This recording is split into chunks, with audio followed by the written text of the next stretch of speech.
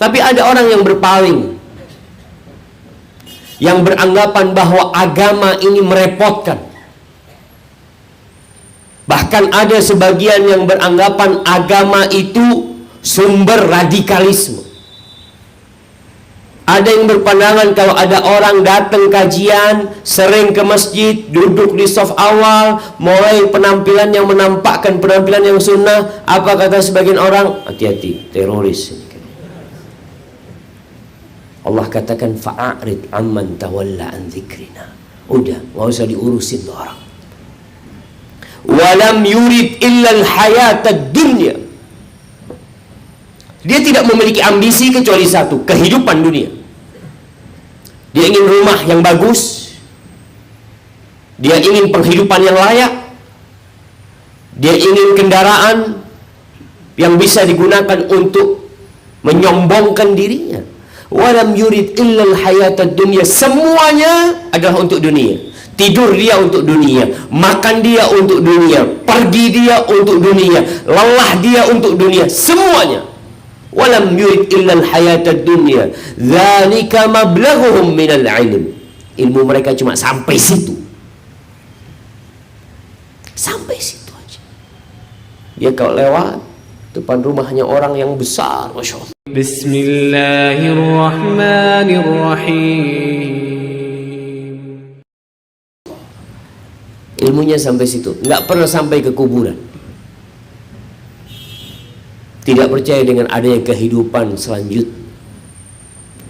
Lalu kata Allah, Inna rabbaka huwa a'lamu biman dhalla an sabilihi wa huwa a'lamu biman ihtada. Allah itu lebih tahu siapa yang pantas mendapatkan hidayah, siapa yang lebih layak untuk mendapatkan petunjuk ini, dan siapa orang-orang yang sudah tersesat dalam kehidupan. Di surat Hud ayat 15-16 Allah menceritakan orang-orang yang ambisinya dunia. Dia ingin punya gedung yang tinggi sekali menjulang ke langit sana. Dia ingin membangun jalan yang panjang, yang lebar. Apa kata Allah tentang orang-orang yang ambisinya hanya dunia? Allah mengatakan, man kana yuridul hayatad dunya wa zinataha nuwaffi ilaihim a'malahum fiha wa hum fiha la yubkhasun. Barang siapa yang ambisinya dunia, perhiasan dunia, kata Allah, kami akan kasih kepada mereka. Kami akan kasih kepada mereka. Kenapa Allah nggak kasih jamaah dunia ini? Wallahi jamaah,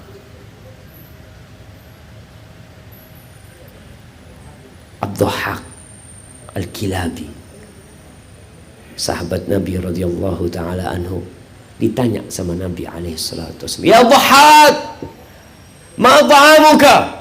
Dhahhak, apa makananmu? Kata Dhahhak, al-lahmu wal labanu ya Rasulullah. Aku biasanya makan daging, minumnya susu.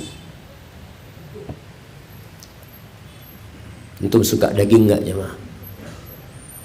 Apalagi kalau melihat, Masya Allah, makanan yang enak-enak di Makassar ini jemaah. Lalu Nabi bertanya, thumma ila madza yasiru ya Dhahhak? Setelah itu daging dan susu itu jadi apa? Jadi apa jemaah? Dhahhak malu mau jawab. Maka dia mengatakan, ila ma qad alimta ya Rasulullah, kepada sesuatu yang engkau sudah tahu. Kata Nabi SAW, itu tuh Dhahhak, sebuah permisalan dunia ini. Allah berikan permisalan buat kita tentang dunia yang begitu indahnya ini. Sejatinya dia berakhir menjadi kotoran.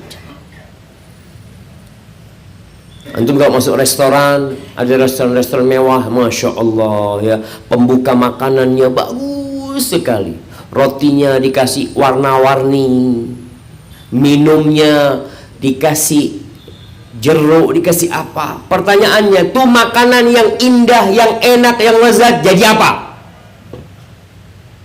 Jadi apa jamaah? Jadi kotor. Itu dunia. Kenapa Allah nggak mau kasih sama orang-orang yang cari dunia? Silahkan diambil tuh dunia, yang pada akhirnya akan menjadi kotoran. Kata Allah, nuwaffi ilaihim a'malahum fiha wa hum fiha la yubkhasun. Nggak akan ada yang dikurangin, dapat semuanya. Engkau mau 1 triliun, mau 1 ton emas, mau 1 juta jabatan, mau 1 juta pujian, dikasih, karena akhirnya jadi kotoran. Dan kita bisa melihat bagaimana orang-orang yang sukses lalu menjadi tanah dan dilupakan oleh manusia. Ulaika alladzina laisa lahum fil akhirati illa an-nar. Tuh orang-orang kayak gitu di akhirat nggak dapat apa-apa kecuali neraka. Kenapa? Karena dari awal hidupnya ambisi dia adalah dunia. Ya udah dikasih dunia. Akhirat mereka nggak minta apa-apa akhirat. Tapi kan doa Ustaz. Rabbana atina fid dunya hasanah. Kan doanya minta kebaikan di dunia Ustaz. Wa fil akhirati hasanah wa qina adzabannar. Jemaah, kalau bicara doa iya, tapi apakah dia yakin dengan apa yang dipintanya? Yang ambisinya dunia, di akhirat nggak dapat apa-apa. Amalan-amalan mereka semuanya karena untuk dunia, semuanya akan hancur. Ahibati fillah, kalau bicara ke surga bersama keluarga, maka kita akan bicara tentang sebuah pernikahan. Yang hadir di tempat ini semua adalah hasil pernikahan. Bukankah begitu? Anda sering jamaah mendapatkan telepon di sebuah aplikasi, halo Ustadz. Banyak yang mengatakan, Ustadz, saya anak hasil zina. Bapak ibu saya berzina. Apa yang harus saya lakukan Ustadz? Subhanallah. Tapi semoga yang hadir di tempat ini semuanya hasil nikah yang sesuai dengan syariat. Nikah itu bukan hanya menjadi raja dan ratu sehari. Antum melihat ya, orang kalau mau nikah Masya Allah ribut persiapan nikah. Anda mau lihat mana yang udah nikah di sini? Antum udah nikah? Persiapannya berapa lama nikah? Berapa? 2 bulan. Habis gitu semalam duitnya habis. Masya Allah, cuma 2 bulan jangan. Semalam pakai baju apa waktu itu? Nggak tahu, kalau di Makassar pakai topi emas itu jamaah. Iya, pakai jas hitam. Dia duduk bersandingan senyum-senyum cuma semalam. Habis gitu ribut sama istrinya. Banyak yang terjadi seperti itu. Ingat, pernikahan itu bukan menjadi raja dan ratu sehari. Jangan mau dibodohin dengan dunia ini. Nikah itu bukan hanya menunjukkan senyum dan tawa serta kemesraan di hadapan kamera. Semua ketika tamu undangan datang senyum, ya ahlan wa sahlan, sambil didoakan barakallahu lak wa barak alaik wa jama' bainakum fi khair. Nikah itu bukan hanya memilih busana,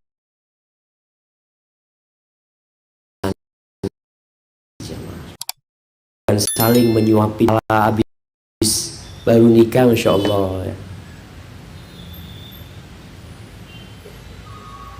Duduk berdua, makan sepiring berdua. Setelah punya anak, piring di rumah ada berapa? Ada 10. Makan masing-masing. Nggak ada lagi suap-suapan. Istri kalau diminta, Dik nggak bisa suapin abah lagi ya. Oh 2 ya, urusin anak-anak sudah, makan sendiri sana sudah. Allahu Akbar. Ya, memang pernikahan bukan suap-suapan. Nikah itu bukan menyudahi masa jomblo. Sebagian berpikir ya nikah, aduh Ustaz, ana malu Ustaz, sering ditanya kapan kawin, kapan nikah. Apakah di Makassar ini banyak bujang lapuk ya mah? Banyak apa enggak? Banyak. Astagfirullahaladzim. Apa penyebabnya? Uang apa? Bahasanya uang apa? Panai. Panai. Kalau mahal di sini berangkat ke Jawa.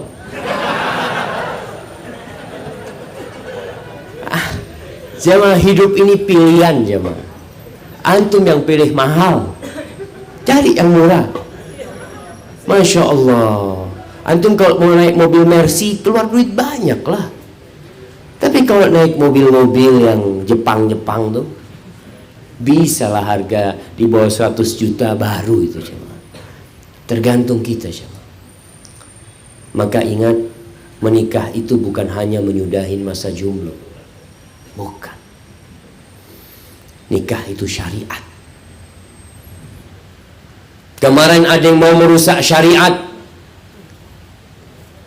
dengan berbincang diperbolehkannya hubungan seks tanpa pernikahan oleh salah satu dokter. Subhanallah ya jemaah. Nggak jaminan orang yang punya level doktor itu bisa memberikan manfaat. Tapi dia berkata, aku ingin memberikan perbaikan buat umat, ingin memberikan pencerahan. Ya hati-hati. Dulu ada orang model kayak gitu. Kalau dikasih nasihat, wa idza qila lahum la tufsidu fil ard. Kalau dikatakan kepada mereka, jangan merusak bumi Indonesia, jangan merusak di bumi Allah ini. Apa jawab mereka? Qalu innama nahnu muslihun. Kita ni orang-orang yang ingin memperbaiki. Kok dikatakan merusak? Kita ingin memperbaiki. Apa kata Allah? Ala innahum humul mufsidun walakin la yash'urun. Mereka itu perusak, tapi nggak merasa kalau mereka perusak. Jamaah, mau diinstruksikan kembali karena di depan masih membludak, masih bisa didapatkan. Kami minta sekali lagi semua jamaah berdiri, diangkat semua barangnya. keluar ya. Keluar. Dipegang semua barangnya. Handphone, sekali lagi handphone semua mode pesawat ya. Semua handphone mode pesawat. Semua handphone mode pesawat. Semua handphone mode pesawat. Tapi di saudara kita di luar masih membeludak sekali yang mau masuk. Dirapatkan barisannya, dirapatkan safnya, semua barangnya mohon dipangku. Semua barangnya mohon dipangku di pahanya atau di kakinya. Tidak ada diletakkan di samping kiri kanannya, semua barangnya dipangku. Tapi dirapatkan. Yang masih ada di luar tadi silakan langsung masuk kalau sudah ada lowong, silakan. Oke. Jazakumullah, silakan kembali dulu. Dipangku barangnya, semua barangnya dipangku. Semua barangnya di pahanya. Insyaallah di luar masih sangat mudah. Masyaallah. Jazakallah. Barakallah.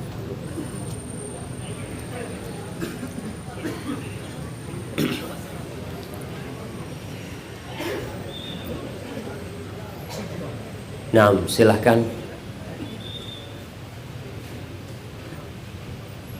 Jamaah, nikah itu sebuah kebersamaan yang diikat dengan janji, sebuah niat baik yang kokoh untuk bersama-sama menuju surga ilahi. Itu nikah yang benar. Bayangkan malaikat itu berdoa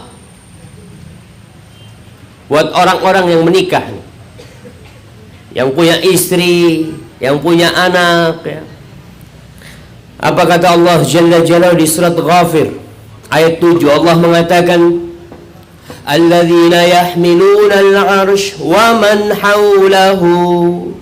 Malaikat-malaikat yang memanggul arsy Allah, yang memanggul singgasana Allah, arsy yang besar, dan malaikat-malaikat yang ada di sekitarnya. Apa sih kerjaan mereka? yusabbihuna bihamdi rabbihim wa yu'minuna bih. Mereka bertasbih memuji Allah Jalla Jalaluh. Masya Allah. Nggak bisa maju lagi ya, udah habis Ustaz. Ya ibu-ibu, silakan masuk ke dalam, cari kamar kosong apalah yang bisa, duduk yang penting ada ruangan kosong, duduk pokoknya.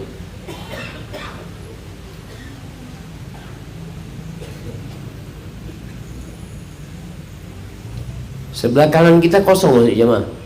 Masih ada tempat di luar.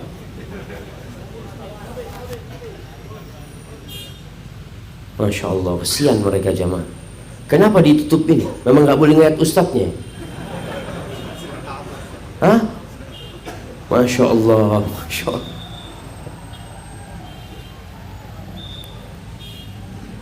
Apa kerjaan malaikat yang memanggul arsy? Bertasbih. Subhanallah wa bihamdik. Dan mereka beriman dengan Allah. Wa yastaghfiruna lilladzina amanu. Malaikat beristighfar buat orang-orang yang beriman. Mereka mengatakan, Rabbana wasi'ta kulla syai'in rahmatan wa ilma. Ya Allah, ilmumu dan rahmatmu meliputin segala sesuatu. Faghfir lilladzina tabu. Ya Allah, ampuni buat orang-orang yang taubat. Wattaba'u sabilak. Dan mereka mengikuti jalanmu ya Allah. Jamaah, Allah sudah kasih tahu sama kita. Faman syaa falyu'min wa man syaa falyakfur. Yang mau beriman silahkan. Yang mau taat silahkan. Yang mau kafir durhaka silahkan. Allah nggak butuh sama kita. Tapi malaikat hanya mendoakan orang-orang yang bertobat, yang hijrah, yang mengikuti jalan Allah. Waqihim adzabal jahim. Ya Allah, selamatkan mereka dari azab neraka ya Allah. Itu doa malaikat. Semoga kita masuk dalam doa mereka. Apakah cukup doa malaikat? Enggak.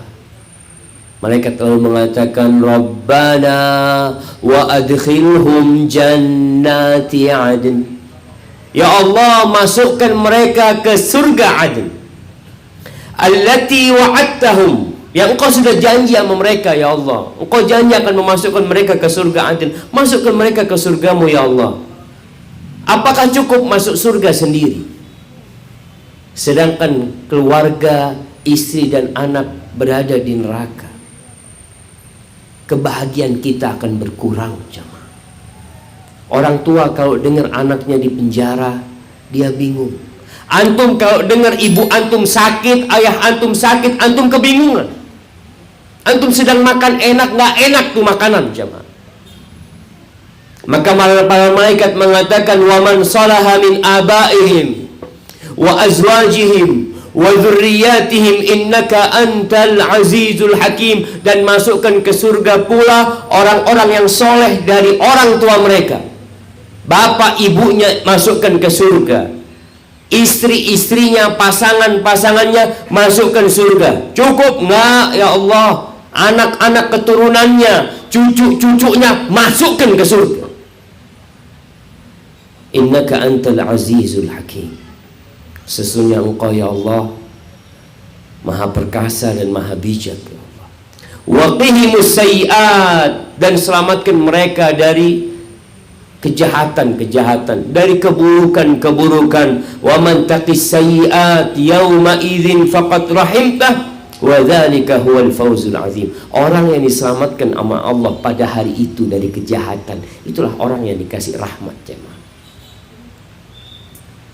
Ya Allah, ana sering ibu ana doa kalau ana mau keluar kota, mau pergi, dia katakan, Syafiq, mudah-mudahan dikasih rahmat sama Allah.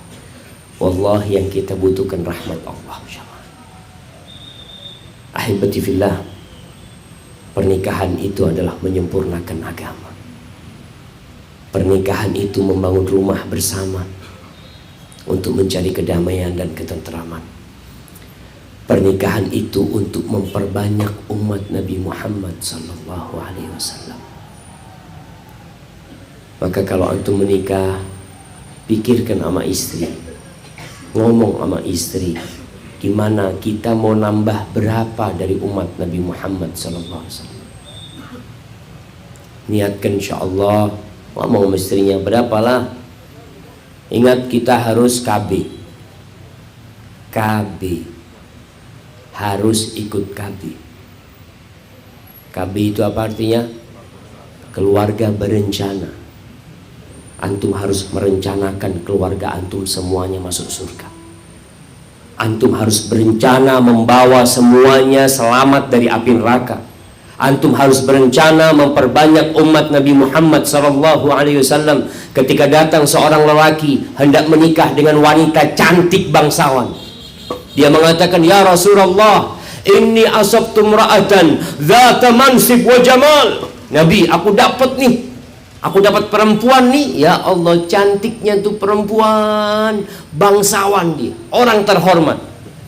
Tapi satu kekurangan dia mandul, nggak bisa punya anak. Kata Rasulullah SAW, jangan kawin sama dia. Rupanya sahabat ini sudah susah berpaling hatinya dari perempuan. Ya Rasulullah, minta izinlah, aku dapat nih perempuan cantik bangsa, cuma ya itu masalahnya satu, nggak bisa punya anak. Kata Nabi alaihi salatu wassalam, la, tidak, cari yang lain. Kenapa?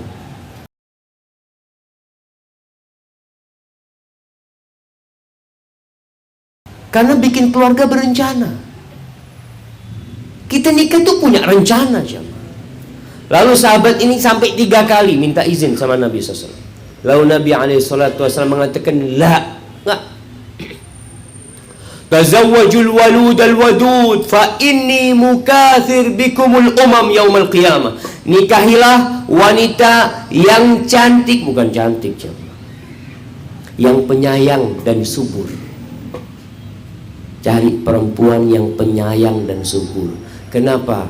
Kata Nabi SAW, kelak aku akan berbangga-banggaan dengan banyaknya umatku pada hari kiamat.